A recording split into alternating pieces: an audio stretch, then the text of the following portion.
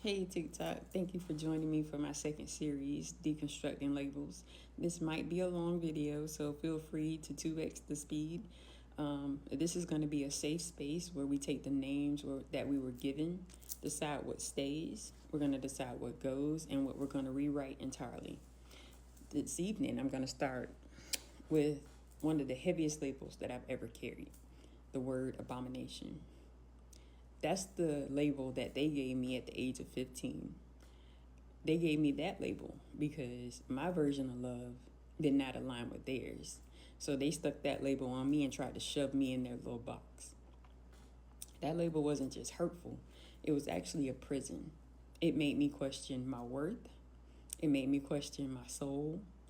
It made me question if I even had a right to pray. For years, I carried that like a scarlet letter, and I tried to shrink myself to fit their version of holy.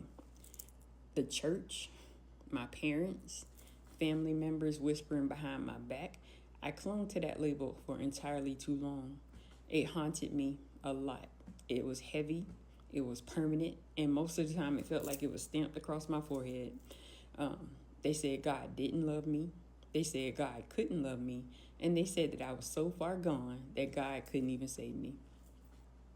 I was condemned from pulpits. I was abused by pastors. I was shamed for just existing. I was told repeatedly that I was destined for hell. And as a matter of fact, at that age, that young age, I used to be afraid to go to sleep because they had me terrified that I would wake up in hell because I couldn't pray away the gay. The word abomination, it lingered quietly in the back of my mind for years. And one day curiosity got the best of me and I decided to look it up for myself. So Webster says that it's something that causes intense disgust, hatred, or loathing. That's how they saw me. So I went back to that Bible, that same Bible that they weaponized against me, and looked up what their Bible says about abomination. And in Proverbs 6:16 through 19, it says, "These 6 things the Lord hates. Yes, 7 of these are an abomination to him: a proud look, a lying tongue, hands that shed innocent blood, a heart that devises wicked plans, feet that are swift in running to evil, a false witness who speaks lies, and one who sows discord among the brethren." So now what I see is that I was never an abomination that they said I was. The real ugliness was actually in them, the hatred, the lies, and the discord that they sowed in God's name. They projected their pain and shame onto me, trying to make me feel smaller so they could feel holy. The truth of the matter is, they never really explained to me that I was the black sheep. And what that means is the black sheep is actually the chosen one.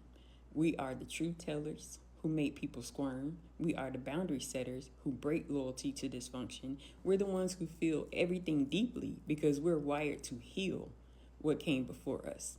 We're the square pegs that refuse to go into the round hole, but not out of rebellion, but because our souls know we have a much higher assignment. It turns out the only thing God hates is what they did in his name. However, through those trials, I empowered myself. I sought God in silence, away from their judgment. I found my voice through journaling, through shadow work, and through a healthy relationship that showed me what real, true, unconditional love is.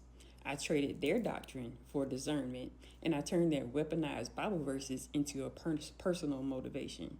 Today, that abomination, as they called it, is a mother building generational wealth for her family. She's a legal professional reclaiming wisdom that they call book sense, but no common sense. And she's a writer whose words give others permission to breathe and be themselves unapologetically. They call me abomination, but I call me chosen. So tell me in the comments, what have they called you? Drop the worst label that they've ever put on you.